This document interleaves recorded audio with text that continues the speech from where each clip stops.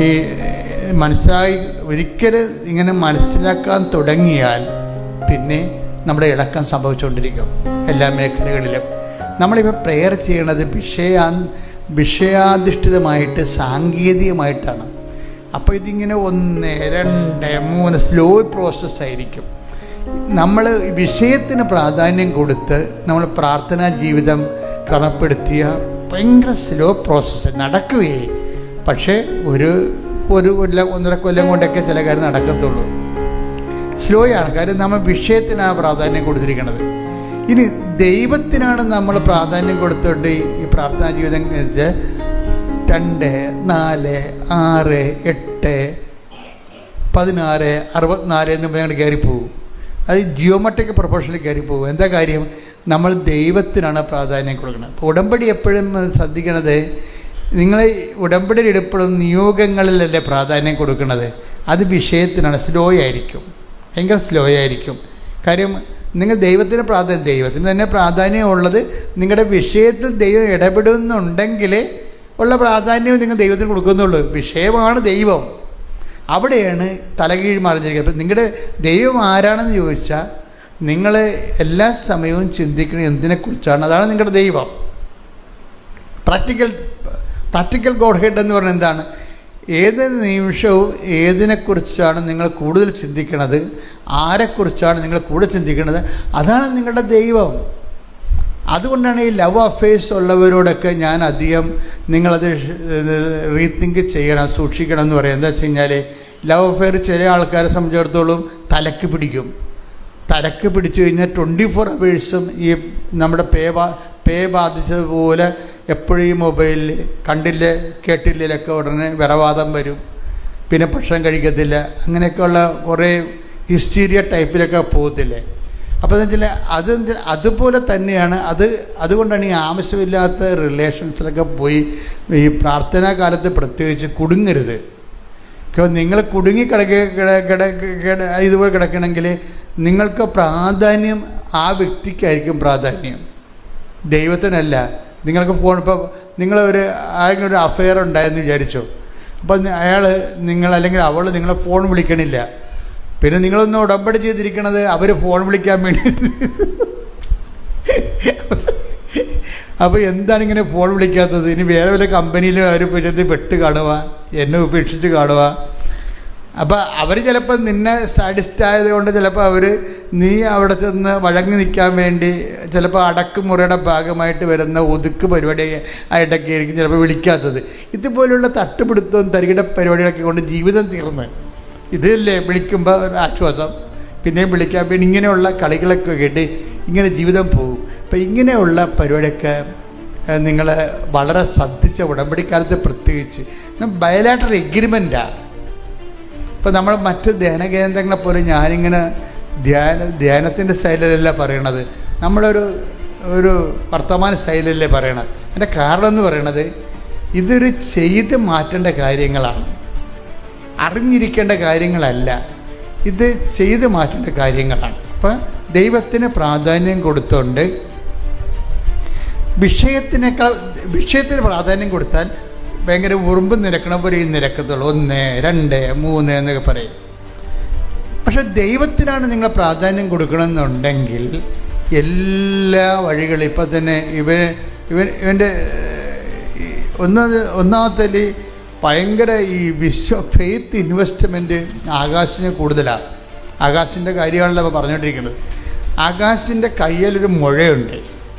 അപ്പോൾ അത് കീറിക്കണമെന്ന് പറയുമ്പോൾ അമ്മ പറയും, എടാ അത് കീറിയ ആശുപത്രി കിടക്കേണ്ടി വരും, ഇനി വേറെ വല്ല കൊന്താണ്ടമാണെങ്കിൽ എനിക്ക് സഹിക്കാൻ പറ്റത്തില്ലെന്ന് പറയും. അമ്മയും മകനോട് അവരുടെ വീട്ടിലെ സംസാരമാണ്. എൻ്റെ കയ്യിലൊരു മുഴയുണ്ട്, അപ്പം അത് കീറണമെന്ന് അവനൊരു മകനേ ഉള്ളു. അത് കീറുമ്പോൾ ഇവൻ്റെ ശരീരത്തെ ഇങ്ങനെ ബ്ലേഡൊക്കെ കത്തിയായി വെച്ചാൽ അമ്മക്ക് സഹിക്കാൻ പറ്റത്തില്ല. കാര്യം നമുക്കത് അതിൻ്റെ ഫീലിങ്ങൊക്കെ മനസ്സിലാകും. ഒരു മക്കളുള്ള അമ്മമാരെന്ന് വെച്ചാൽ അവർ ഉൾക്കൊള്ളത്തിലാവുന്നു. അപ്പോൾ അതുകൊണ്ട് അമ്മ പറയും കത്തിവെക്കാൻ പറ്റത്തില്ല എന്ന് പറയും. നീ പറയും നീ അമ്മ കത്തി വെച്ചില്ലേ പിന്നെ എന്തു ചെയ്യും, വേദന ഉണ്ട് താനും. അതുകൊണ്ട് നീ അമ്മയുടെ ഉടമ്പടി തൈലം ഇടാൻ പറയും, തൈലം തേക്കാൻ പറയും. അപ്പോൾ ഈ അമ്മയും മകനുമായിട്ടുള്ള അമ്മയുടെ ഫെയ്ത്ത് ഇവന് കിട്ടണത്. ഇവരെന്നാ ചെയ്ത് കഴിഞ്ഞാൽ കത്തി വെച്ചാലും ആശുപത്രി പോയി കിടക്കണ്ടേ, അതിനുള്ള കാശ് മുടക്കാനുള്ള കാശുമില്ല. അപ്പം അതുകൊണ്ട് എല്ലാം കൊണ്ട് ഇവൻ ഉടമ്പടി എടുത്തിട്ട് ഉടമ്പടി തൈലം തേക്കും. അതായത് കഴിഞ്ഞാൽ ഈ നദിന് നമുക്കറിയാമല്ലോ, ഈ ഉടമ്പടി തൈലമൊക്കെ തേക്കുമ്പോൾ ചില ആൾക്കാർ വെളിച്ചെണ്ണ കുളിക്കാൻ വേണ്ടി വെളിച്ചെണ്ണ ചില ആൾക്കാരുടെ കാര്യം ഭയങ്കര കഷ്ടമാണ്. അവർക്ക് ഉടമ്പടി തൈലം ഏതാണ്, വെളിച്ചെണ്ണ ഏതാണ്, വെളിച്ചെണ്ണയാണ് അവർക്ക് പരിചയമുള്ളത്. അതുകൊണ്ട് വെളിച്ചെണ്ണ കയ്യിലെടുത്ത് തേച്ചിട്ട് തലത്തേക്കണ പോലെ ഈ ഉടമ്പടി തൈലം ഫെയ്ത്ത് ആപ്ലിക്കേഷൻസാണ്. തമ്മിൽ തിരിച്ചറിയണം നിങ്ങൾ. ചില ആൾക്കാർക്ക് ഉടമ്പടി തൈലത്തിന് അനുഭവമില്ലല്ല, അത് ഈ വെളിച്ചെണ്ണ പോലെ ഉപയോഗിച്ചിട്ടാണ്. അതെപ്പോഴും തന്നെ അതിന് നിങ്ങൾ തിരിച്ചറിയണം. ഉടമ്പടി തൈലം ഫെയ്ത്ത് ആപ്ലിക്കേഷൻസ് പറയും. ഇപ്പം തന്നെ ഉദാഹരണത്തിന് സഭയിലുള്ളതാണേ തൈല ആപ്ലിക്കേഷൻസ്. അതായത് നമ്മുടെ വിശ്വാസം, ദൈവത്തിലുള്ള വിശ്വാസം എന്ന് പറയുമ്പോൾ അതിന് വേറെ ഒരു സാധനവും ഇല്ല. ഇപ്പോൾ നമ്മളത് അപ്പോഴും നമുക്ക് മനസ്സിൽ ഒരു പ്രഖ്യാപനമാണത്. വിശ്വാസത്തിന് പ്രശ്നം, വിശ്വാസം ആക്ടിവേറ്റ് ആകണമെങ്കിൽ ഞാൻ നിങ്ങളോട് നേരത്തെ പറഞ്ഞിട്ടുണ്ട്, അതിന് ഒരു പ്രാർത്ഥന വഴി നമുക്ക് ആക്ടിവേറ്റ് ആകാൻ പറ്റും, പിന്നെ പ്രഖ്യാപനം വഴി ആക്ടിവേറ്റ് ആകാൻ പറ്റും ഫെയ്ത്തിനെ, പിന്നെ പ്രയോഗമുണ്ട്, പിന്നെ പ്രവചനമുണ്ട്. അങ്ങനെ വിശ്വാസം 3-4 നമുക്ക് ആകപ്പാടെ അറിയാവുന്നത് പ്രാർത്ഥനയല്ലേ മാത്രമല്ലേ ഉള്ളൂ. അതാണ് നമുക്ക് ഈ പ്രശ്നങ്ങൾ വരണത്. ഇപ്പം നിങ്ങൾ ഉടമ്പടി എടുത്താലും നിങ്ങൾ മാക്സിമം ടൈം എന്ത് ചെയ്യും, അതിൽ നിന്ന് പ്രാർത്ഥിക്കുമോ, ഈ ഇത്തിരി പ്രാർത്ഥനയല്ലേ ഉള്ളെന്ന് പറയും. എന്താണ്ട് ഒരു ഉടമ്പടി ഇത്തിരി പ്രാർത്ഥനയല്ലേ ഉള്ളു, ഒരു പ്രത്യക്ഷയുടെ പ്രാർത്ഥന. അതാണ് എൻ്റെ ക്രക്സ് എന്ന് പറഞ്ഞാൽ അതാണ്, ആ പ്രത്യക്ഷയുടെ പ്രാർത്ഥനയാണ്. പ്രത്യക്ഷ പ്രാർത്ഥനയ്ക്ക് ഓൺ ചെയ്യണം. ഞങ്ങൾ പ്രാർത്ഥിക്കുമ്പോൾ ആ പ്രത്യക്ഷീകരണം സഭ പഠിക്കാൻ വേണ്ടിയും ലോകം മുഴുവൻ പ്രചരിപ്പിക്കാനല്ലേ. പ്രശ്നം അതല്ല, ദുരന്തമുണ്ടാകാൻ പോണ് പ്രാർത്ഥിക്കണമെന്ന് പറഞ്ഞിരിക്കുന്നതാണ് പ്രത്യക്ഷീകരണത്തിൻ്റെ സന്ദേശം. ഈ ഫാത്തിമയിലും ലൂർദിലും വേളാങ്കണ്ണിലും ഒന്നും സന്ദേശം ഇത്രയില്ല, മജ്ജിഗോറയെ പോലെ ഇത്രയും സന്ദേശമില്ല. ഇത് ഭയങ്കര സീരിയസ് വിഷയമാണ്. കാര്യം ഒന്നാമത്തെ കളർ ഭയങ്കര പെശക് കളറാണ്, അന്ത്യകാലത്തിൻ്റെ കളറാണ്. പിന്നെ സമയഘടികാരം നെഞ്ചിൽ ചാർത്തിരിക്കണേ, സമയത്തിനെ കാണിക്കുന്നത് വളരെ 11 മണിക്കൂറിലേക്ക് ഇനി കുറച്ച് സമയം കൂടിയേ ഉള്ളൂ എന്ന് പറയുന്നു. 10:08 സൂചി കാണിക്കുന്നു. അപ്പം ഈ അവസാന കാലഘട്ടങ്ങളിലേക്ക് ജീവിക്കുമ്പോൾ ദുരന്തമുണ്ടാകാൻ പോണത്. അപ്പോൾ വരുന്ന ദുരന്തത്തിനെ പ്രതിരോധിക്കാൻ വേണ്ടി പ്രാർത്ഥിക്കണം. അപ്പോൾ ആ സന്ദേശത്തെ കൈമാറുന്നതിന് വേണ്ടിയാണ് ഈ പ്രത്യക്ഷീകരണ പ്രാർത്ഥന ചെല്ലണത്. അല്ലാതെ നിങ്ങളിങ്ങനെ എടുത്ത് രാവിലെ തന്നെ പ്രത്യക്ഷ പ്രാർത്ഥനയെന്ന് പറഞ്ഞിട്ട് കുറേ സാധനം ചെല്ലിപ്പിടിക്കും. എന്താണെന്ന് അവർക്കറിയാൻ പാടില്ല, ചിലവർക്കറിയാൻ പാടില്ല. അവിടെ എഴുതി കിടക്കണ വായിക്കുക, എന്താണ് പ്രത്യക്ഷീകരണം, ആരാണ് ആ പോയി, എന്താണെന്ന് അറിയാൻ വെറുതെ കാച്ചു വിടുകയാണ്. അതല്ല, അത് ഓൺ ചെയ്യണം. പ്രത്യക്ഷീകരണം ദൈവം ചെയ്ത കാര്യമല്ലേ. നിങ്ങൾക്ക് തോന്നുന്നുണ്ടോ കൃപാസനത്തിൽ പ്രത്യക്ഷപ്പെട്ട അമ്മ ഇത് ഇങ്ങനെ പ്രത്യക്ഷപ്പെടണമെങ്കിൽ എനിക്ക് എൻ്റെ മനസ്സിൽ പരിശുദ്ധാത്മ പറഞ്ഞിരിക്കുന്നത് അപ്പായോട് പറഞ്ഞിട്ടാണ് ഇതെല്ലാം സംഭവിച്ചിരിക്കുന്നത്. അപ്പായും ഈശോയും തമ്മിലുള്ള ഡിസ്കഷൻ്റെ വെളിച്ചത്തിലാണ് ഈ കൃപാസനത്തിൽ പ്രത്യക്ഷീകരണം നടന്നിരിക്കുന്നത്. അല്ലെങ്കിൽ ഇത്രയും വെറൈറ്റി ആയിട്ടുള്ള കാര്യങ്ങൾ വരേണ്ട കാര്യമില്ല. സിമ്പിളായിട്ടുള്ള സംഭവം, ആരുടെയെങ്കിലും ഇങ്ങനെ പാല് കൊടുക്കുന്നു, അല്ലെങ്കിൽ അതുപോലെ തന്നെ ബാലിനെ കാല് സുഖപ്പെടുന്നു, അങ്ങനെയുള്ള സിമ്പിളല്ല വിഷയം. അല്ലെങ്കിൽ ജപമാല കൊടുക്കുന്നു, അല്ലെങ്കിൽ അമലോത്ഭവമാണെന്ന് പറയുന്നു, അതുപോലെ ഒരു സിമ്പിൾ വിഷയമല്ല ഇത്. ഇത് ലോകത്തെ മുഴുവനും ബാധിക്കുന്ന വിഷയമാണ്. ഇപ്പം നമ്മളിപ്പോൾ വന്നുകൊണ്ടിരിക്കുന്ന എല്ലാ വിഷയങ്ങൾക്കും അതുകൊണ്ടാണ് നമ്മൾ പ്രത്യക്ഷ പ്രാർത്ഥനയിൽ പ്രകൃതിയുടെ സംരക്ഷണത്തിന് വേണ്ടി പ്രപഞ്ച പ്രകൃതിയെ മാതാവിനെ ഏൽപ്പിക്കാൻ പറയേണ്ട കാര്യം അതാണ്. അത് പോപ്പ് ചെയ്യേണ്ട കാര്യമാണ്. പ്രപഞ്ച പ്രകൃതിയെ, അല്ലാതെ നിങ്ങളെ പ്രത്യക്ഷീകരണം സഭ ഏറ്റെടുത്തിട്ട് അതിൻ്റെ പേരിൽ പുതിയ കാശ് അടിച്ചിറക്കാനല്ല. അതുകൊണ്ട് ജനങ്ങളെ പ്രാർത്ഥിച്ച് അനുഭവങ്ങൾ ഉണ്ടാകുക എന്ന് മാത്രമല്ല ഉദ്ദേശം. ഈ പ്രപഞ്ച പ്രകൃതിയെ മുഴുവനും ഭൂസ്വർഗങ്ങളുടെ രാജ്ഞിയായ പരിശുദ്ധ അമ്മയ്ക്ക് സഭ പ്രതിഷ്ഠിക്കണം. കാര്യം ഈ സഭ പ്രതിഷ്ഠിക്കുന്നതോടു കൂടിയാണ് മാതാവിനെ ഇപ്പം ഇതാ നിൻ്റെ മകൻ എന്ന് പറയുമ്പോൾ ഈ മനുഷ്യനും മനുഷ്യനോട് ബന്ധപ്പെട്ട് ബാധിക്കുന്ന എല്ലാ വിഷയങ്ങളും ഈ ഇതാ നിൻ്റെ മകനെന്ന് പറയുന്ന ആ കുരിശിലെ അവസാന വചനങ്ങളിലുണ്ട്. ഈ അമ്മയ്ക്കാണ് അത് ഏൽപ്പിച്ചിരിക്കുന്നത്.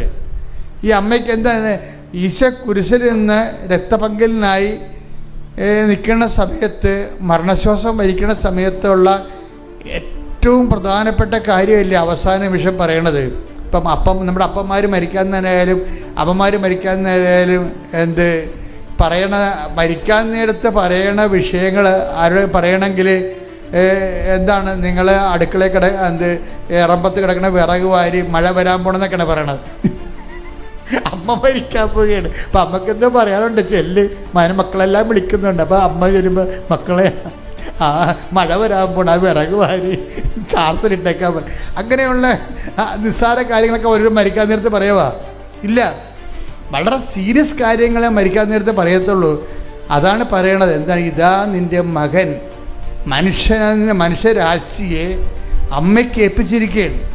അപ്പം മനുഷ്യരാശിയെ അമ്മയ്ക്ക് ഏൽപ്പിക്കുമ്പോൾ മനുഷ്യരും അവനെ സപ്പോർട്ട് ചെയ്ത് നിൽക്കുന്ന ജീവജാലങ്ങളും വെജിറ്റേഷൻ മുഴുവനും പ്രകൃതിയും എല്ലാം അമ്മയ്ക്ക് ഏൽപ്പിച്ചിരിക്കുകയാണ്. അതാണ് പ്രപഞ്ച പ്രകൃതിയുടെ മാതാവെന്ന് പറയണത്. മനുഷ്യനെ ഏൽപ്പിച്ചിരിക്കുകയാണ് യോഹന്നാനിലൂടെ. നമ്മൾ പറയണത് വിശ്വാസിയെ ഏൽപ്പിച്ചു, ശിഷ്യനെ ഏൽപ്പിച്ചു എന്നൊക്കെയാണ് പറയണത്. പക്ഷേ സത്യം എന്താണ്, അവിടെ ഏൽപ്പിച്ചിരിക്കുന്നത് മനുഷ്യനും മനുഷ്യനോട് ബന്ധപ്പെട്ട എല്ലാ ഇൻഫ്രാസ്ട്രക്ചേഴ്സും ഇനി അമ്മയാണ് നോക്കേണ്ടത്. അപ്പം തന്നെ ഇവർ ഭൂസ്വലോക രാജ്ഞിയായി മകൻ മുടി ധരിപ്പിക്കപ്പെട്ടു കഴിഞ്ഞു. കർത്താവിൻ്റെ രക്തസാക്ഷിത്വത്തിൻ്റെ ഫലം അമ്മയുടെ രാജ്യത്തെ തിരുനാളാണ്. കർത്താവിൻ്റെ രക്തസാക്ഷിത്വത്തിൻ്റെ ഫലം എന്താണ്? അതിൽ ഒരു ഫലമെന്ന് പറയണത് അമ്മയുടെ രാജ്ഞി പദമാണ്. എല്ലാം അമ്മയുടെ അധികാരത്തിലേക്ക് കൊണ്ടുവരികയും അതുകൊണ്ട് തന്നെയാണ് പ്രപഞ്ചം ഭൂമിക്ക് ചൂട് പിടിക്കുന്നു, ഭൂമി പനിക്കുന്നു എന്നൊക്കെ പറയുമ്പോൾ, ക്ലൈമറ്റ് ചേഞ്ച് വരാൻ പോകണമെന്നൊക്കെ പറയുമ്പോൾ ട്രംപ് എന്താ പറഞ്ഞത്? ക്ലൈമറ്റ് ചേഞ്ചുകാർ കുറേ നുണ പറഞ്ഞുകൊണ്ട് ആൾക്കാരെ പറ്റിക്കുന്നുണ്ട്. ഇനി അമേരിക്കയുടെ 5 പൈസ ക്ലൈമറ്റ് ചേഞ്ചുകാർക്ക് കൊടുക്കരുത്. എനിക്കിഷ്ടപ്പെട്ടാണ് ട്രംപിൻ്റെ ആദ്യ സ്റ്റേറ്റ്മെൻ്റ് അതാണ്. ഇനി ക്ലൈമറ്റ് ചേഞ്ച് എന്നും പറഞ്ഞ് നാട്ടുകാരെ പറ്റിക്കണ ലക്ഷക്കണക്കിന് കോടി രൂപ, 23% പണം അമേരിക്കയുടേതാണ്. ഇവരിട്ടുണ്ട് ഓരോരോ കാര്യങ്ങൾ പറഞ്ഞ് ആൾക്കാരെ പേടിപ്പിക്കാൻ വേണ്ടി ഉപയോഗിക്കുന്ന ശാസ്ത്രജ്ഞന്മാരുടെ വേഷം കെട്ടിക്കൊണ്ട് ഇനി അമേരിക്കയിൽ 5 പൈസ കിട്ടത്തില്ലെന്ന് പറയും. പക്ഷേ ഞാനത് കേട്ടപ്പോൾ എനിക്ക് സന്തോഷം തോന്നിയതിൻ്റെ കാരണം ഈ ക്ലൈമറ്റിൻ്റെ അകത്ത് ചെറിയ ചേഞ്ച് വരുന്നുണ്ട്. ഈ പറയണ പോലെയുള്ള ആൾക്കാരെ പേടിപ്പിക്കേണ്ട കാര്യമില്ല. പേടിപ്പിച്ചുകൊണ്ട് പ്രത്യേകിച്ച് കാര്യമൊന്നുമില്ലല്ലോ. ശാസ്ത്രജ്ഞന്മാരും രാഷ്ട്രങ്ങളും ബുദ്ധിയും ബോധമുള്ളവർ അതിൻ്റെ നടപടി ചെയ്യണം. ആൾക്കാരെ എന്തിനാ പേടിപ്പിക്കണം? അപ്പോൾ അത് കറക്റ്റാണ് ആ പോയിൻ്റ്. പക്ഷേ ഇത് ശാസ്ത്രത്തിൻ്റെ കയ്യിൽ നിൽക്കുമോ? ഈ സംഭവം നിൽക്കത്തില്ല. ഇത് ഏൽപ്പിച്ചൊരാളുണ്ട്. ആ ആളിന് ഈ പ്രപഞ്ചത്തിൻ്റെ പ്രകൃതിയെ സഭ സമർപ്പിക്കണം. അത് നിങ്ങളുടെ കുടുംബം തൊട്ടും മക്കളെ തൊട്ടും. ഇപ്പം നിങ്ങളുടെ മക്കളെ കഞ്ചാവാണ്, അല്ല നിങ്ങളുടെ മക്കളെ പോലീസ് പിടിച്ചു, അല്ല നിങ്ങളുടെ ഇടയ്ക്കിടെ കള്ളക്കേസ് കൊടുത്തു.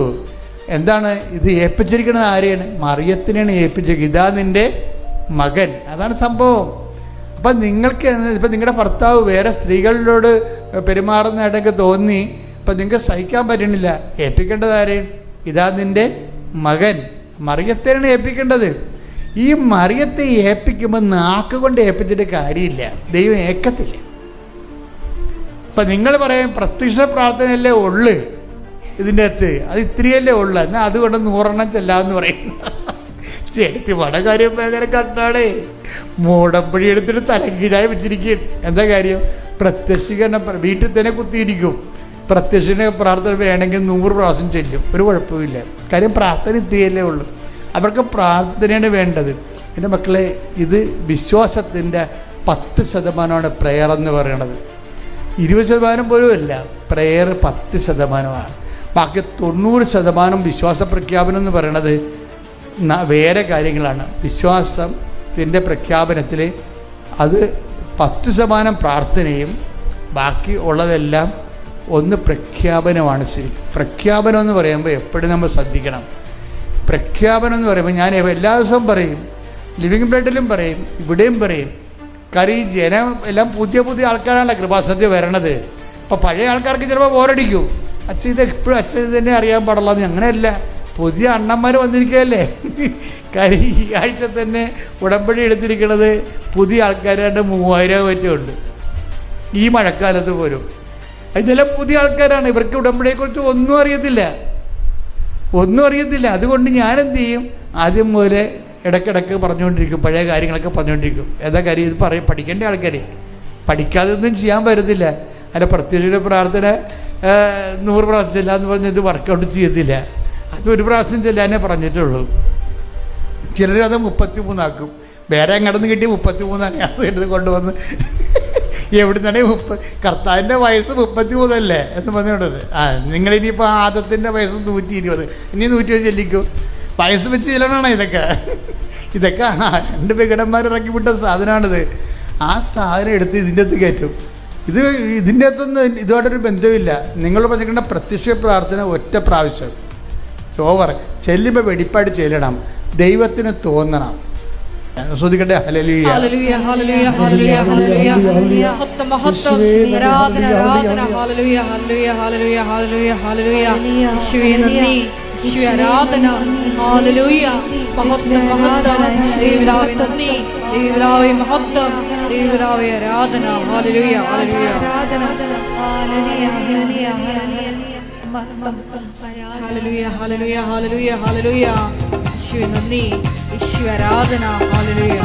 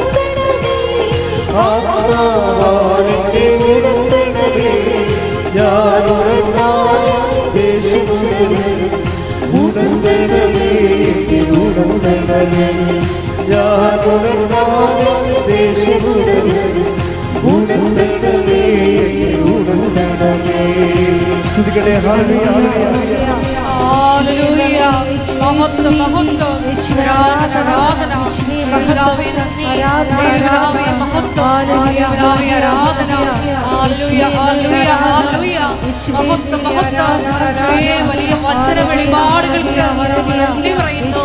ഞങ്ങൾക്ക് അമ്മയെ നന്ദി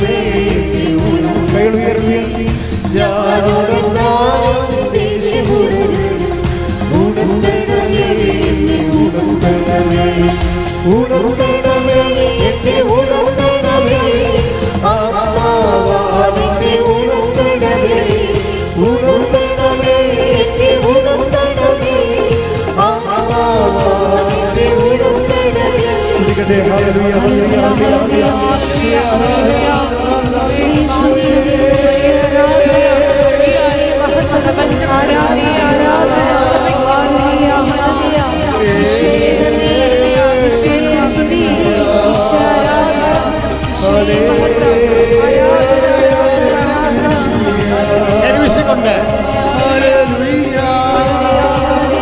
Hallelujah.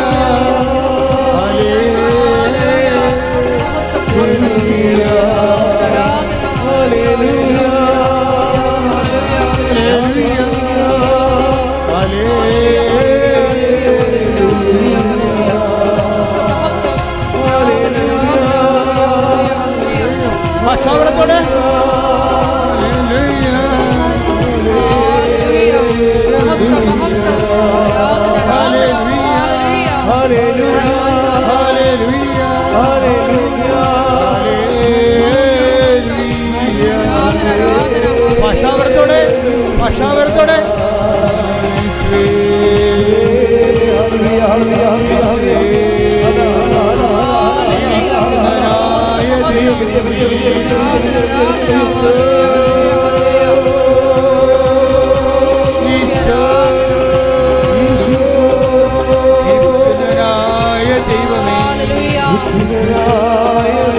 ക്രൂശിക്കപ്പെട്ട ദൈവമേ, ഉയർത്തെഴുന്നേറ്റ ദൈവമേ,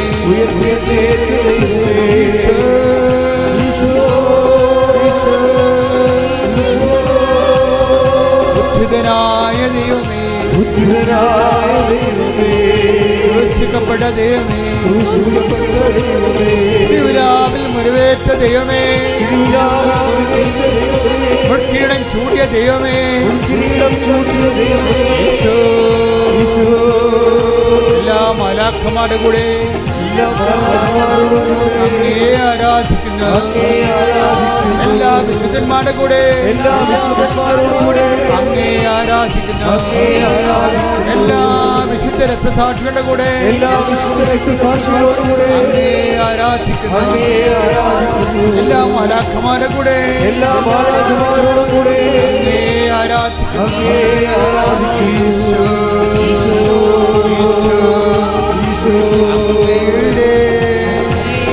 തിരുമുറുവാർന്ന വലത് കരത്താൽ ഓരോ മകനെയും ഓരോ മകളെയും ഈ നിമിഷം സ്പർശിക്കണമേ. വൈദ അക്കാലം പോലെ ദൈവശക്തിയാൽ അങ്ങയുടെ മക്കള് നിറയട്ടെ. ഐശാചിക ശക്തികള് യേശുവിന്റെ നാമത്തില് വിട്ടുമാറട്ടെ. യേശുവിന്റെ നാമത്തില് മാരക രോഗങ്ങള് സൗഖ്യം പ്രാപിക്കട്ടെ. യേശുവിന്റെ നാമത്തില് തീരാവേദനകള്, ദുരിതങ്ങള്, തടസ്സങ്ങള് യേശുവിന്റെ നാമത്തിൽ വിട്ടുമാറട്ടെ. യേശുവിന്റെ നാമത്തിൽ വിട്ടുമാറട്ടെ. ഞങ്ങൾ ബലം പ്രാപിക്കട്ടെ. നിത്യപിതാവേ, നിത്യപിതാവേ, അങ്ങേ പുത്രനായ യേശു ക്രിസ്തുവിന്റെ നാമത്തിലെ കൈകളെ ഉയർത്തണമേ. എല്ലാ ബലഹീനതകളെ അതിജീവിക്കുവാൻ അങ്ങയുടെ മക്കളെ ശക്തിപ്പെടുത്തണമേ. ഞങ്ങളുടെ മക്കളെ വഴിതെറ്റി പോകുന്നവരെ, ഞങ്ങളുടെ കുടുംബങ്ങള് സമാധാനം നഷ്ടപ്പെടുന്നവരെ, ജീവിതത്തിന്റെ അനുദിന ജീവിതത്തിന്റെ മാർഗമില്ലാതെ വലയുന്നവരെ എന്ത് ചെയ്യണമെന്ന് ഉറപ്പില്ലാതെ ഉണരുന്നവരെ ഈ നിമിഷം വഴിയും സത്യവും ജീവനുമായ യേശുവിന്റെ നാമത്തിലെ പ്രാപിക്കട്ടെ. യേശുവിന്റെ നാമത്തിലെ സൗഖ്യപ്പെടട്ടെ. യേശുവിന്റെ നാമത്തിലെ ശക്തിപ്പെടട്ടെ.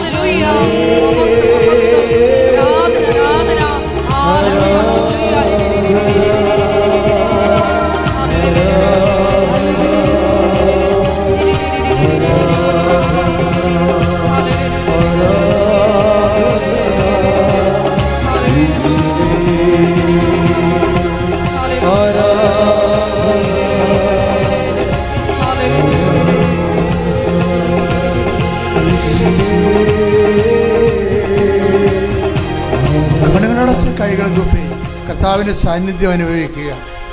കണ്ണുകളടച്ച് കൈകൾ കൂപ്പി കർത്താവിൻ്റെ സാന്നിധ്യം അനുഭവിക്കുക. കർത്താവ് നിന്നെ സ്പർശിക്കുന്ന സമയമാണ്.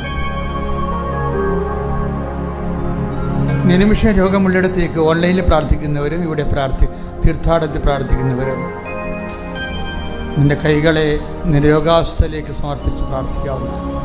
രോഗാതുരമായ സ്ഥലങ്ങളിൽ കഴുത്തിലായാലും ഹൃദയത്തിലായാലും കരളിലായാലും ഉദരത്തിലായാലും എവിടെയാണ് എൻ്റെ ദൈവവേദന നിനക്ക് വേദനയുള്ളത് അവിടെ കർത്താവ് നിന്നെ സ്പർശിക്കുന്ന സമയമാണ്. അമ്മമാതാവ് കാനായിൽ എന്നതുപോലെ അവർക്ക് വീഞ്ഞില്ല, അവർക്ക് സൗഖ്യമില്ല, അവർക്ക് രോഗമാണെന്ന് പറഞ്ഞ് നിനക്ക് വേണ്ടി മധ്യസ്ഥം വഹിക്കുന്ന ആൾത്താരയിലാണ് നീ, ആൾത്താരുടെ മുമ്പിലാണ് നീ നിൽക്കുന്നത്. ദൈവമാണ് നിന്നെ ഇവിടെ കൊണ്ടുവന്നത്.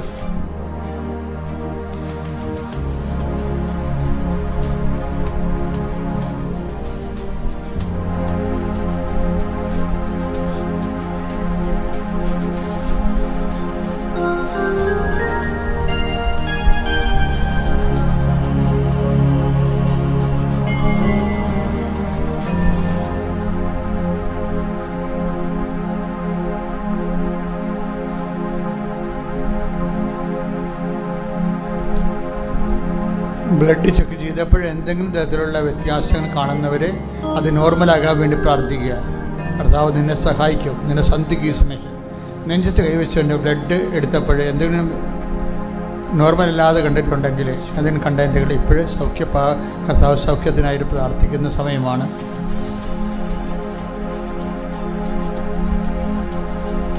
മുടി കൊഴിയുന്നവർ, ചുണ്ടയിൽ ശരീരത്തിലും പാണ്ട് വരുന്നവരെ അതെല്ലാം സമർപ്പിച്ച് പ്രാർത്ഥിക്കുന്നു. അലർജി രോഗികളെ സംബന്ധിച്ച് പ്രാർത്ഥിക്കുന്നു. കൈകാലുകൾ നീതി കെട്ടുന്നവരെ, ഉറങ്ങി എഴുന്നേൽക്കുമ്പോൾ തന്നെ ഇയർ ബാലൻസ് പോകുന്നവർ, അവിടെ ഇവിടെയും കഷത്തും മുഴയും കുരുവൊക്കെ സിസ്റ്റൊക്കെ രൂപപ്പെട്ട് വരുന്നവർ സമർപ്പിച്ച് പ്രാർത്ഥിക്കുന്നു.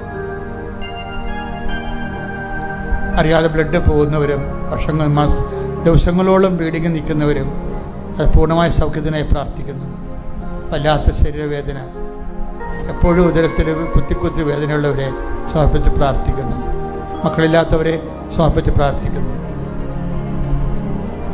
പഞ്ചേന്ദ്രിയങ്ങൾ, കണ്ണ്, കാത്, മൂക്ക്, ഇതെല്ലാം പലതരത്തിൽ കാഴ്ചക്കുറവുള്ളവർ, കേൾവിക്കുറവുള്ളവർ, മൂക്കിൽ ദശ വളരുന്നവർ സമർപ്പിച്ച് പ്രാർത്ഥിക്കും. കർത്താവ് നിന്നെ സ്പർശിക്കുന്ന സമയമാണിത്. അടിപ്പിണർ പോലെ വൈദ്യാഘാതം ദൈവികമായ ശക്തി പരിശുദ്ധമ പ്രത്യക്ഷപ്പെട്ട ദൈവികമായ നിമിഷങ്ങളിൽ സന്നിധാനത്തിൽ നിന്നുകൊണ്ട് അമ്മ നിനക്ക് വേണ്ടി മധ്യസ്ഥിക്കുന്നു. യേശുവിന്റെ നാമത്തിൽ സഭയ്ക്കപ്പെടുന്നത് ശ്രുതികട്ടെ. ഹല്ലേലൂയ, ഹല്ലേലൂയ, ഹല്ലേലൂയ, ഹല്ലേലൂയ, ഹല്ലേലൂയ.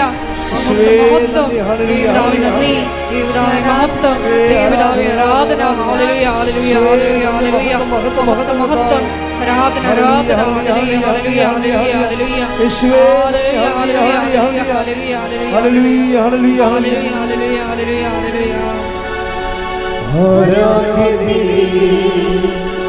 പരിശുദ്ധനേ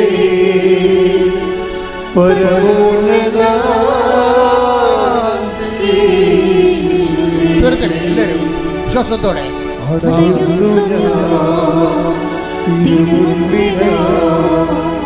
അറിവോടെ നോക്കണമേ. ആരാധ്യനേ പരിശുദ്ധനേ പരമോന്നതാ യേശുവേ അണയുന്നു ഞാൻ തിരുമുൻപിലാ അറിവോടെ നോക്കണമേ. ഒരുമിച്ച് എല്ലാവരും ആരാധ്യനെ ആരാധ്യനേ പരിശുദ്ധനേ പരമോന്നതാ യേശുവേ അണയുന്നു ഞാൻ തിരുമുൻപിലാ അറിവോടെ നോക്കണമേ. പരിശുദ്ധ പരമദിവ്യകാരുണ്യത്തിന് ആരാധനയും സ്തുതിയും ഒരു കൈ വർത്തിക്കൊണ്ട് പരിശുദ്ധ പരമദിവ്യകാരുണ്യത്തിന് ആരാധനയും സ്തുതിയും പുകഴ്ചയും പരിശുദ്ധ പരമദിവ്യകാരുണ്യത്തിന് ആരാധനയും സ്തുതിയും പുകഴ്ചയും ആരാധ്യനേ പരിശുദ്ധനേ പരമോന്നതാ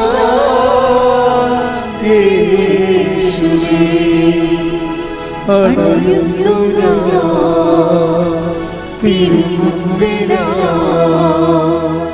അറിവോടെ എന്നെ നോക്കണമേ. ആരാധനേ പരിശുദ്ധനേ പരമോന്നതാ യേശുവേ അണയുന്നു ഞാൻ തിരുമുൻപിലാ അറിവോടെ എന്നെ നോക്കണമേ.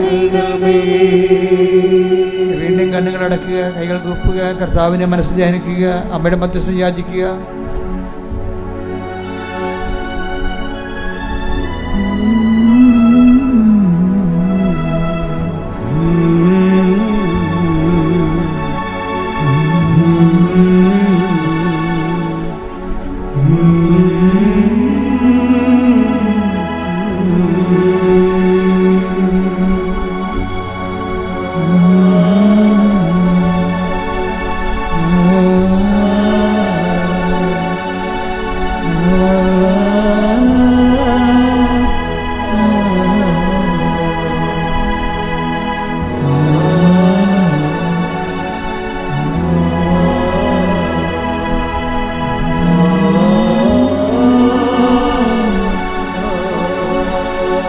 എൻ്റെ പ്രിയപ്പെട്ടവരെ, അമ്മയെപ്പോലെ ഭൗതിക സാഹചര്യങ്ങളിൽ യേശുവിനെ ഇടപെടുത്തി ആരുമില്ല.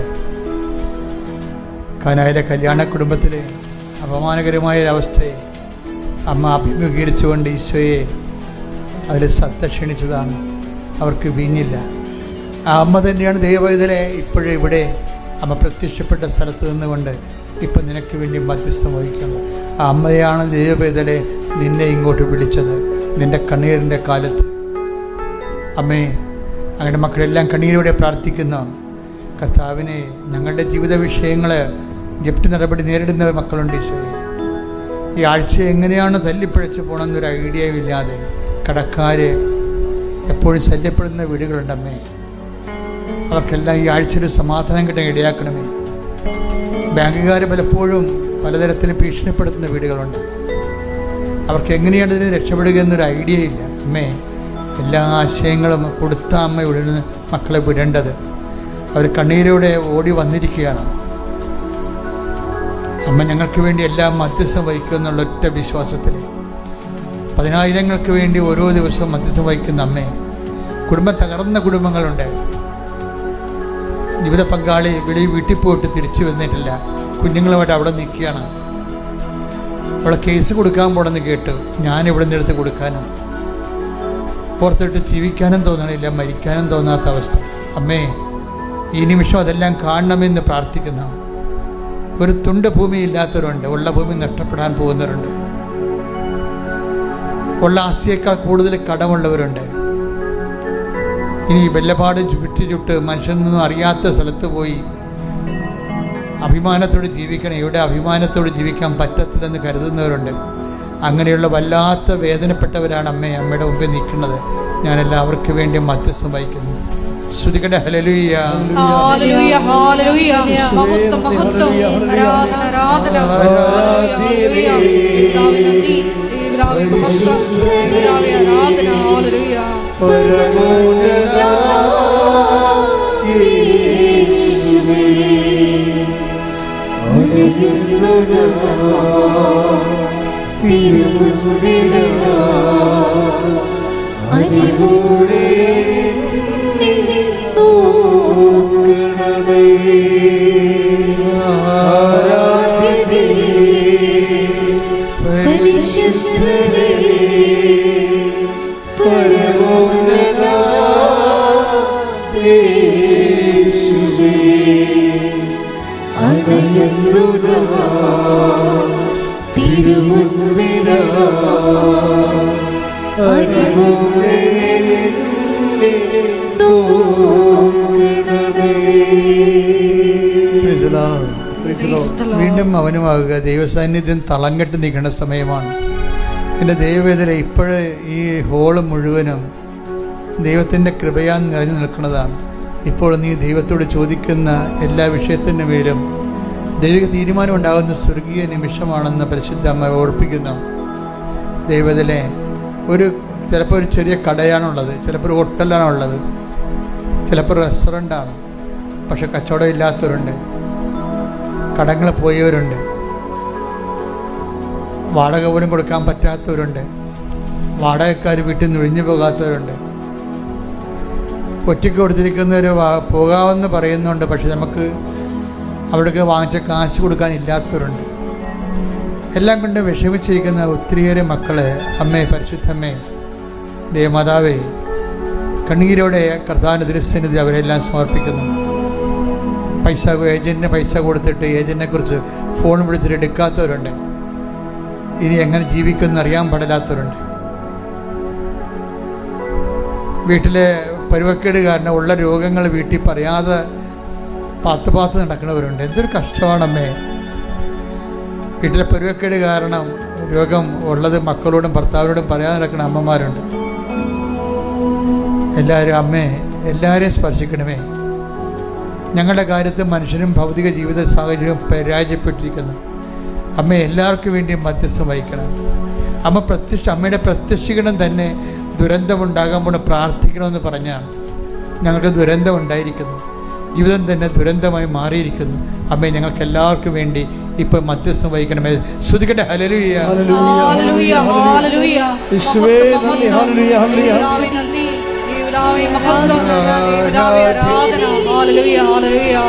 പരിശുദ്ധനേ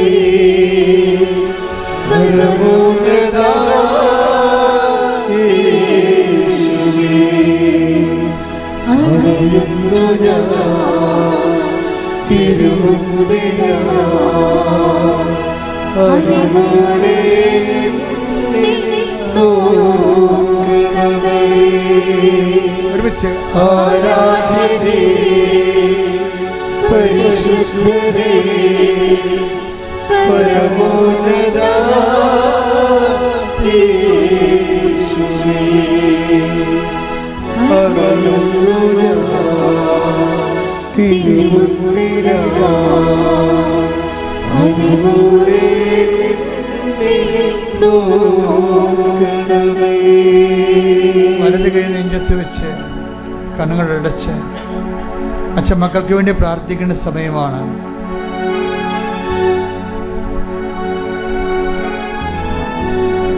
അമ്മേ, കുഞ്ഞുങ്ങളെ സംബന്ധിച്ച് പ്രാർത്ഥിക്കുന്നു, അവരുടെ പഠനങ്ങളെ സംബന്ധിച്ച് പ്രാർത്ഥിക്കുന്നു. ഒരു കുഞ്ഞ് ജനിച്ചുള്ള അതിന് ഓട്ടിസമായിപ്പോയി. ഇനി ഒരു കുഞ്ഞിനെ ജനിപ്പിക്കാൻ ധൈര്യമില്ല. ഇതും അതും ഇങ്ങനെ ആയിപ്പോകുമെന്ന് ഓർത്തിട്ട് സങ്കടപ്പെടുന്നവരെ അവർക്ക് തീരുമാനമെടുക്കാൻ സഹായിക്കണമെന്ന് പ്രാർത്ഥിക്കുന്നു. ഈശോ അങ്ങനെ വലതുകരം എല്ലാ കുടുംബങ്ങളിലും നീക്കണമെന്ന് പ്രാർത്ഥിക്കുന്നു.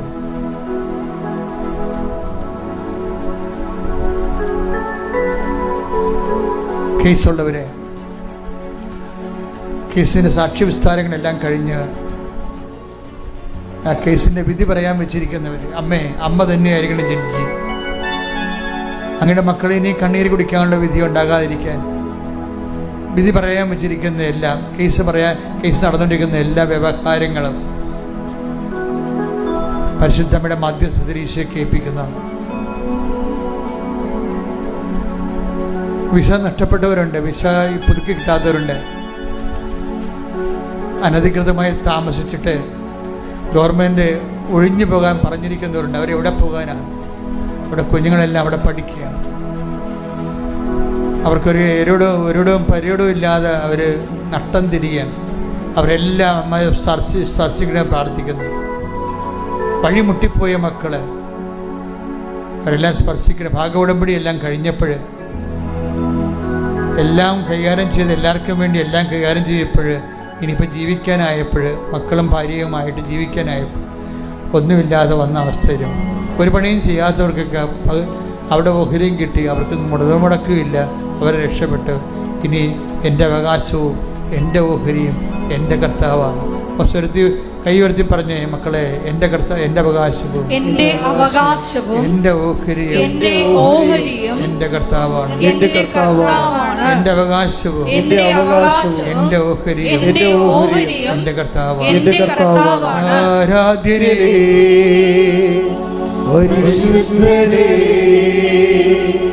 പരമോന്നത യേശുവേ, ദൈവസ്നേഹത്തോടെ അണയുന്നു തിരുമുൻപിലാ അരിവോടെ നോക്കണമേ. ആരാധ്യരേ പരിശുദ്ധരേ പരമോന്നത യേശുവേ, അണയുന്നു തിരുമുൻപിലാ അരിവോടെ നോക്കണമേ. പരിശുദ്ധ പരമദിവ്യകാരുണ്യത്തിന് നേരവും ആരാധനയും സ്തുതിയും പുകഴ്ചയും ഉണ്ടായിരിക്കട്ടെ. വീണ്ടും കണ്ണുകൾ അടച്ച് കൈകൾ നെഞ്ചത്ത് വെച്ച് മൗനമായി കർത്താവിനെ ഓർത്ത് സമർപ്പിതരാകും.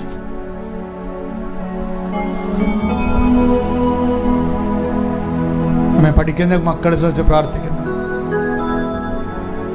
പലരും വലിയ പണമെടുത്ത് മുടക്കിയും കടം വാങ്ങിച്ചൊക്കെ പഠിച്ചിട്ട് അവർക്കിപ്പോൾ ഒന്നും മനസ്സിലാവണില്ല. ഇട്ടച്ചും പോരാൻ തോന്നണില്ല. വീട്ടുകാരുടെ കണ്ണുനീര് ഓർത്തിട്ട് ഇട്ടച്ചും പോരാൻ തോന്നണില്ല. പഠിക്കാൻ പറ്റണമില്ല.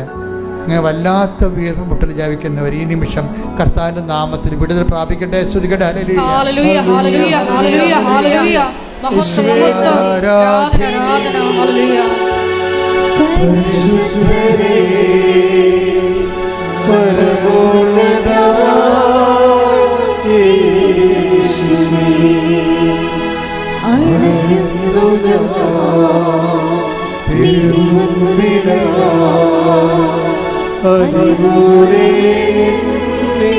നോക്കണമേ. പരിശുദ്ധ പരമദിവ്യകാരുണ്യത്തിന് നേരവും ആരാധനയും സ്തുതിയും പുകഴ്ചയും ഉണ്ടായിരിക്കട്ടെ. കൈകൾ നെഞ്ചത്ത് വെച്ച് മൗനമായി പ്രാർത്ഥിച്ചുകൊണ്ടിരിക്കുക. ദൈവത്തിനെ പ്രാർത്ഥിക്കാനാണ് പരിശുദ്ധ അമ്മയുടെ മാധ്യസ്ഥത്തിലെ ഈശോ നിന്റെ മുമ്പിൽ സന്നിധിനായിരിക്കുന്നത്. നീ സ്വന്തമായിട്ടും പ്രാർത്ഥിക്കുക, അച്ഛനോട് ചേർന്നും പ്രാർത്ഥിക്കുക. നിങ്ങൾ ഇന്ന് കാണുന്ന ഈജിപ്തുകാരെ നാളെ നിങ്ങളെ കാണത്തില്ലെന്ന് പറഞ്ഞ ദൈവത്തിൻ്റെ ശക്തി ഇവിടെ മുഴുവൻ നമ്മുടെ പിതാക്കന്മാരെ പകൽ മേഘസ്തംഭവും രാത്രി തീത്തൂണുമായി നയിച്ച ദൈവത്തിൻ്റെ ചൈതന്യം അൽത്താറ് മുഴുവൻ നിറഞ്ഞു നിന്നുകൊണ്ട് നിന്നെ നയിക്കുന്ന ദൈവത്തിൻ്റെ ചൈതന്യം പ്രസരിക്കുന്ന സമയമാണ്. ദൈവവേദരെ വിവാഹം ഒത്തുവരാത്തവർ, മക്കളില്ലാത്തവർ, വിവാഹം വേർപെടാൻ പോകുന്നവർ, വേർപെട്ട് കഴിഞ്ഞവർ, കേസിലായിരിക്കുന്നവർ, എന്ത് ചെയ്യണമെന്ന് അറിയാൻ പാടില്ലാത്തവർ, ജീവിത പങ്കാളിയെപ്പോലും കിട്ടാതിരിക്കുന്നവർ, വർഷങ്ങളായിട്ട് വിവാഹം നടക്കാത്തവർ, എല്ലാ വർഷങ്ങളായിട്ട് പെര ഉച്ചുകുത്തിപ്പോയവർ, ഉറഞ്ഞു പോയവർ, അവിടെ വീട് വെക്കാൻ പറ്റാത്ത അവസ്ഥ വന്നിരിക്കുന്നവർ, ഇനി എവിടെ പോയി പൊറുക്കുമെന്ന് അറിയാത്തവർ, എല്ലാവരുടെ മേലും ദൈവിക തീരുമാനം ഉണ്ടാകട്ടെ. എല്ലാവരുടെ മേലും ദൈവിക തീരുമാനം ഉണ്ടാകട്ടെ. എല്ലാവരുടെ മേലും ദൈവിക തീരുമാനം ഉണ്ടാകട്ടെ. സ്തുതിക്കട്ടെ. ഹല്ലേലൂയ, ഹല്ലേലൂയ. മഹത്വം, മഹത്വം. കർത്താവേ നന്ദി. പരിശുദ്ധരേ പരമോന്നത യേശുവേ, അണയുന്നു തിരുമുൻപിലാ അരിവോടെ നോക്കണമേ. പരിശുദ്ധ പരമദിവ്യകാരുണ്യത്തിന് നേരവും ആരാധനയും സ്തുതിയും പുകഴ്ചയും ഉണ്ടായിരിക്കട്ടെ. ഓക്കെ, താങ്ക് യു കർത്താവേ, നന്ദി പറയുന്നു. മക്കളെ സന്തോഷമായിട്ടിരിക്കണം. കർത്താവിൻ്റെ വചനങ്ങളിലൂടെ നമ്മളൊക്കെ സഞ്ചരിച്ചു വരാൻ ഞാൻ നിങ്ങളോട് പറഞ്ഞെന്ന് അവസാനിപ്പിച്ചത്, ഞാൻ ഈ ദിവസം ഇങ്ങനെ വൈദികരുടെ ധ്യാനത്തിൽ പോയായിരുന്നു. വൈകിട്ട് ധ്യാനത്തിൽ പോയപ്പോൾ ഇപ്പം എനിക്കവിടെ കുർബാന അർപ്പിക്കാൻ വേണ്ടി എനിക്ക് ഒരു അവസരം കിട്ടി. അപ്പോൾ ഞാനത് രാവിലെ പ്രാർത്ഥിച്ചു, വെളുപ്പിനെ എഴുന്നേറ്റ് പ്രാർത്ഥിച്ചു. അച്ഛന്മാരോട് അച്ഛന്മാരുടെ ധ്യാനമാണ്, അച്ഛന്മാരോട് എന്താ സംസാരിക്കണമെന്ന് അറിയാൻ പാടില്ല. ഈശോയോട് ചോദിച്ചുകൊണ്ടിരിക്കുകയായിരുന്നു. അപ്പോൾ എന്നോട് പറഞ്ഞത്,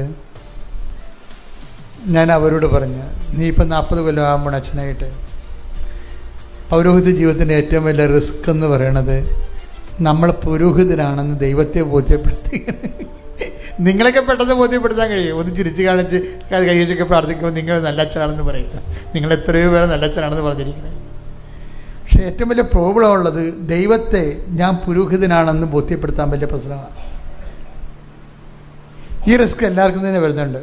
ഞാൻ ക്രിസ്തുവിനെ സ്നേഹിക്കുന്നുവെന്ന്, ക്രിസ്തുവിൽ വിശ്വസിക്കുന്നുവെന്ന് ദൈവത്തെ ബോധ്യപ്പെടുത്താൻ വലിയ പാടാണ്. നിങ്ങൾ ഉടമ്പടിയിലൂടെ ചെയ്യേണ്ടത് ഇതാണ്. ഇതിൻ്റെ റിസ്ക് ഫാക്ടർ നിങ്ങൾ കൺഫ്രണ്ട് ചെയ്യണം. ഇതിൻ്റെ റിസ്ക് ഫാക്ടർ എന്ന് പറയുന്നത് നിങ്ങൾ ഒരു വിശ്വാസിയാണെന്ന് ദൈവത്തെ ബോധ്യപ്പെടുത്തണം. പാടാ, ഇങ്ങനെ പാടാ.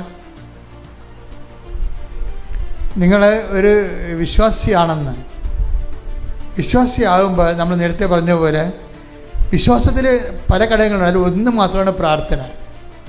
രണ്ടാമത്തത് പ്രഖ്യാപനമാണ്. പ്രഖ്യാപനം വിശ്വാസ പ്രഖ്യാപനമാണ്. ഞാൻ എല്ലാ ധ്യാനങ്ങളും അത് പറയാറുണ്ട്. വിശ്വാസ പ്രഖ്യാപനത്തിൽ എന്ത് വേണം? ഒരു സമൂഹം വേണം. എന്താ കാര്യം? അത് 10:32 എല്ലാവർക്കും നമുക്കറിയാം. ഇപ്പോൾ കഴിഞ്ഞ ദിവസങ്ങളിൽ ഇയാളില്ലേ നമ്മൾ പറഞ്ഞ കക്ഷി ആകാശിൻ്റെ ഹീറോ. അപ്പോൾ ആകാശ് എന്നോട് അമ്മ പറഞ്ഞത് എന്താണ്? അവൻ്റെ അമ്മ പറഞ്ഞത്, എൻ്റെ മകനെ നീ ഇങ്ങനെ ഈ മുഴയും വെച്ച് ചെത്തിക്കറി കിടന്നു കഴിഞ്ഞാൽ എനിക്ക് സഹിക്കാൻ പറ്റത്തില്ല. അതുകൊണ്ട് ഇത് വേറെ വല്ല മാർഗം അന്വേഷിക്കണം. ഈ അമ്മയെടുത്ത് മാർഗമുണ്ട്, നീ പോയി ഉടമ്പടി എടുത്തിട്ട് ഉടമ്പടി തൈലം തേക്കാൻ പറഞ്ഞു. ഇപ്പോൾ കുറേ നാളായിട്ടുള്ള വേദനയും മുഴയൊക്കെ ഇത് എന്ത് മുഴയാണെന്ന് തീർന്നറിയാതെ പറഞ്ഞ് നടക്കുന്ന ഒരു അവസ്ഥയാണ്. മാനസിക സംഘർഷമുള്ള സമയമാണ്.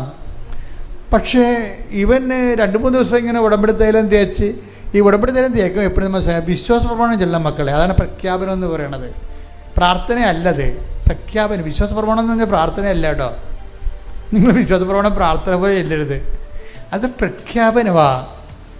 ഇപ്പം നമ്മൾ ഉടമ്പടി തൈലം ഉപ്പൊക്കെ നമ്മൾ തേക്കുമ്പോൾ ഉടമ്പടിയിലുള്ള ഗുണമെന്ന് വെച്ചാൽ കുറേ പ്രയോഗങ്ങളുണ്ട്. ഈ വിശ്വാസം, പ്രാർത്ഥന, അതുപോലെ വിശ്വാസം, പ്രാർത്ഥന, വിശ്വാസം, പ്രഖ്യാപനം, വിശ്വാസം, പ്രയോഗം. ഇപ്പം നമ്മൾ ഉടമ്പടി തൈലം തേക്കുമ്പോൾ സംഭവിക്കണമെന്ന് വെച്ച് കഴിഞ്ഞാൽ അത് പ്രയോഗമാണ് വിശ്വാസത്തിൻ്റെ. ആ പ്രയോഗത്തെ സാധൂകരിക്കുന്നത് പ്രഖ്യാപനമാണ്. നമ്മൾ തൈലമല്ല നമ്മളെ സുഖപ്പെടുത്തുന്നത്. ആരാണ്? യേശുവിൻ്റെ നാമമാണ് സുഖപ്പെടുത്തുന്നത്. അതാണ് അതിൻ്റെ വിഷയം. ആ പ്രയോഗത്തിലുള്ളത് എന്താണ്? യേശുവിൻ്റെ നാമത്തിലാണ് നമ്മൾ വിശ്വസിക്കുന്നത്. അപ്പോൾ അതെപ്പോഴും മനസ്സിലുണ്ടാവില്ല. തൈലം എടുത്തിട്ട് വെളിച്ചെണ്ണ തേക്കുമ്പോൾ നമ്മൾ ഒരു വിശ്വാസപ്രമാണം ചെല്ലുമോ തല കുളിക്കാൻ നേരത്ത്? ഇല്ല. അതുപോലെ അതുകൊണ്ടാണ് ഈ ഉടമ്പടി എടുക്കാത്ത ആൾക്കാർക്ക് നിങ്ങൾ എണ്ണ കൊടുത്തു വിടരുതെന്ന് പറയേണ്ട കാര്യം അതാണ്. ഉടമ്പടി തൈലം ഒരിക്കലും ഉടമ്പടി എടുക്കാത്തവർക്ക് കൊടുത്തു വിടരുത്. നിങ്ങൾക്ക് വേണമെങ്കിൽ പോയിട്ട് ഉടമ്പടി തൈലം തേച്ച് കൊടുക്കുക. അപ്പോൾ ആ തേക്കുമ്പോൾ വിശ്വാസപ്രമാണം ചൊല്ലിയിരിക്കണം.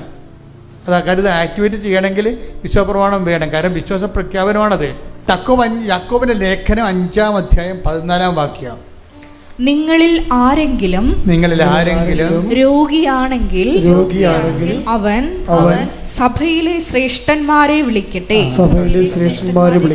അവർ കർത്താവിന്റെ നാമത്തിൽ അവനെ തൈലാഭിഷേകം ചെയ്ത് അവന് വേണ്ടി പ്രാർത്ഥിക്കട്ടെ.